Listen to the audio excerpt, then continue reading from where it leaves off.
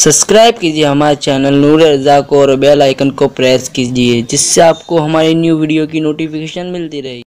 ऐ खातून जन्नत की कनीज़ो, औरत कैसी भी हो, मर्द कैसा भी हो, इंसान कैसा भी हो, अगर सच्ची तौबा कोई कर ले तो अल्लाह ताला उसको माफ कर देता है, अल्लाह मगफिरत फरमा देता है। मैं उम्मीद करता हूं कि बहुत तवज्जो के साथ मेरी बहनें मेरी आखिरी की गुफ्तगू को समाअत करेगी। ऐ खातून जन्नत रदी अल्लाह ताला अन्हा की कनीज़ो, एक मर्तबा हजरत ज़ुन्नून मिस्री रदी अल्लाह ताला अन्हा की बारगाह में मिस्र के कुछ लोग आते हैं और आने के बाद कहते हैं, ए ज़ुन्नून, हमारे मोहल्ले के अंदर एक रक्कासा है जो बड़ी फाहिशा है, जो बहुत गुनहगार है। एक काम करें, उस रक्कासा को आप मोहल्ले से बाहर निकाल दे, मिस्र से बाहर निकाल दे।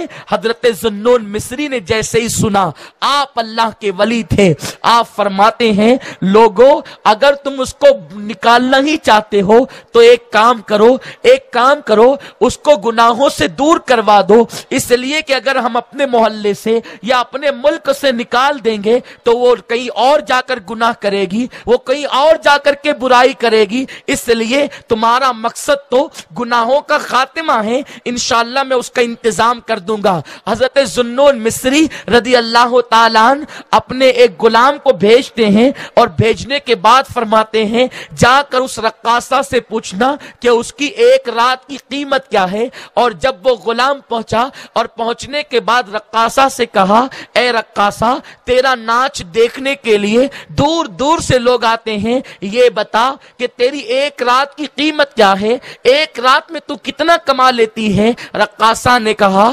क्यों आप ऐसा क्यों पूछ रहे हैं? तो उस वक्त तो गुलाम ने कहा, मेरे आका हजरत ज़ुन्नून मिस्री आज रात तेरे साथ गुजारना चाहते हैं। उस लड़की ने अपने बालों को झुरझुरी देकर बड़े गुरूर से कहा, लो अब ज़ुन्नून जैसे वली भी मेरे नाच के शैदा हो गए, मेरे नाच के फिदाई हो गए। और उसने अपनी कीमत बता दी। उसके बाद हजरत ज़ुन्नून मिस्री का गुलाम जब उनके पास पहुंचा और पास पहुंचने के बाद कीमत बताई, ज़ुन्नून मिस्री तैयार हो गए। अल्लाह अकबर। रक्कासा सोच रही थी कि शायद ज़ुन्नून मिस्री भी और मर्दों की तरह मेरे साथ खेल तमाशा करेंगे, मेरा नाच देखेंगे। लेकिन अल्लाह अकबर, ऐशा की नमाज पढ़ने के बाद हजरत ज़ुन्नून मिस्री रहमतुल्लाह अलैह जब उसके घर पहुंचे, घर पहुंचने के बाद फरमाया, बेटी आज की रात तेरे कमरे में कोई नहीं आएगा, आज रात तुझे मेरे साथ मैं जैसा कहूंगा वैसा ही करना है। उस लड़की ने जब अपने लिए बेटी का लफ्ज सुना तो कहने लगी, ए ज़ुन्नून, तुम मुझे बेटी कह रहे हो? आप फरमाते हैं, हाँ बेटी, ये इस्लाम का नजरिया है कि कौम की हर बेटी हर मुसलमान की बेटी हुआ करती है, पूरी उम्मत की बेटी हुआ करती है। हजरत ज़ुन्नून मिस्री फरमाते हैं, इसलिए मैं तुझे बेटी कहता हूं। इतना सुनने के बाद उसने कहा, यहां तो हाल ये था कि जो भी आता था मुझे ऐसे ललचाई हुई नजर से देखता था जैसे भूखा गोश्त के लोथड़े को देखता है, लेकिन आप मुझे बेटी कहते हैं। इतना सुनने के बाद ज़ुन्नून मिस्री कहते हैं, बेटी आज तुझे मेरे साथ नमाज पढ़ना है और तुझे अपने गुनाहों से तौबा करना है। हजरत ज़ुन्नून मिस्री के कहने के बाद उस लड़की ने कहा, लेकिन ज़ुन्नून, मुझे तो नमाज पढ़ना आती ही नहीं। मेरा हाल तो ये है कि अल्लाह अकबर, मैं बचपन में यतीम हो गई थी और मेरी माँ ने अपनी बेवगी की वजह से मुझे नचनी औरतों के साथ कर दिया था और नचनिया औरतों के साथ रहते रहते मैं भी बहुत बड़ी नचनिया बन गई। और अब हाल ये है कि मिस्र की बड़ी नचनियों में मेरा शुमार होता है। ज़ुन्नून मिस्री कहते, कुछ भी हो, अगर तुझे नमाज पढ़ना नहीं आती तो कोई बात नहीं, बेटी तू मेरे पीछे खड़े रहना, जैसे मैं करता हूं वैसे तू भी करना। वो लड़की गुस्ल करके आई, अच्छे कपड़े पहने और ज़ुन्नून मिस्री के पीछे खड़ी हो गई। हजरत ज़ुन्नून मिस्री ने اللہ اکبر کہہ کر جب ہاتھ باندھے، اس نے بھی ہاتھ باندھ لیے۔ ذوالنون مصری نے تلاوت قرآن کرنی شروع کی۔ قرآن مقدس کی تلاوت میں حضرت ذوالنون کی آواز میں وہ تاثیر تھی کہ اس لڑکی کے دل پر تلاوت قرآن اثر کرتی ہے، اور اس کے بعد اس کی آنکھوں سے آنسو نکلنے لگتے ہیں اور اس کا دل اللہ کی طرف مائل ہونے لگتا ہے۔ پھر کیا ہوا؟ حضرت ذوالنون مصری نے رکوع کیا۔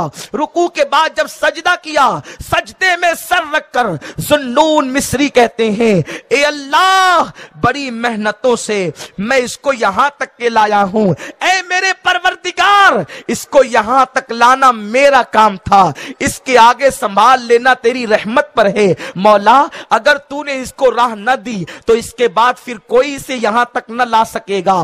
حضرت ذوالنون نماز مکمل کرتے ہیں، جب سلام پھیر کر پیچھے دیکھا تو کوئی نظر نہ آیا۔ حضرت ذوالنون مصری اس لڑکی کی تلاش کرتے رہے، کوئی نہ ملا۔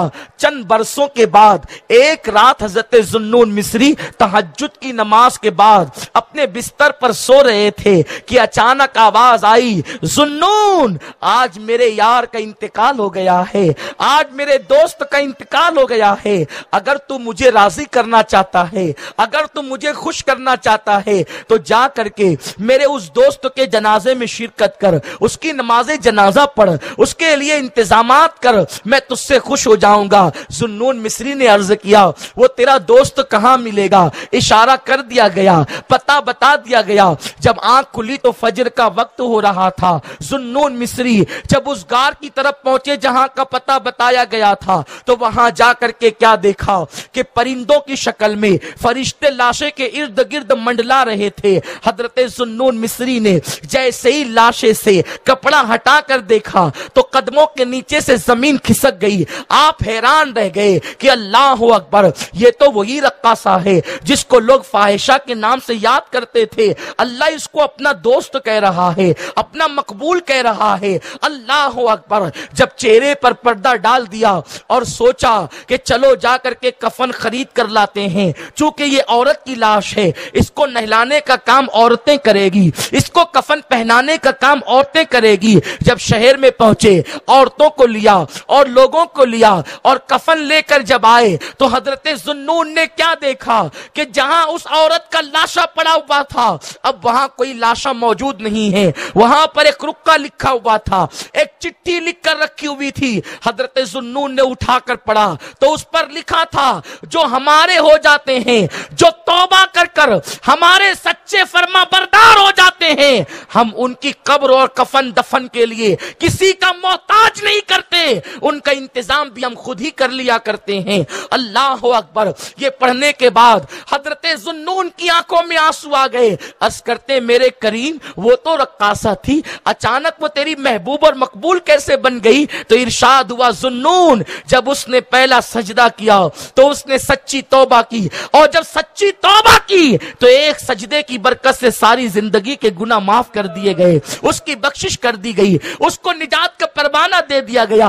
اے خاتون جنت کی کنیزو، مجھے یقین ہے اس مجمع کے اندر میری کوئی بہن اس عورت کی طرح تو نہیں ہے۔ الحمدللہ تم اس سے بظاہر بہتر ہو، اگر تم سچی توبہ کر لو اور اپنی زندگی میں انقلاب بپا کر لو تو تم بھی قابل رشک خواتین بن سکتی ہو، تم بھی سیدہ فاطمہ کی سچی کنیز بن سکتی ہو۔ میری بہنوں، اپنی بیٹیوں کو بھی حیا کے پردے میں رکھو، اپنے بیٹوں کو بھی آداب سکھاؤ، محبت رسول ان کے دل میں پیدا کرو، زندگیوں میں انقلاب پیدا کرو۔ میں امید کرتا ہوں میری بہنیں یہاں سے جانے سے پہلے سچی توبہ کر کے جائیں گی۔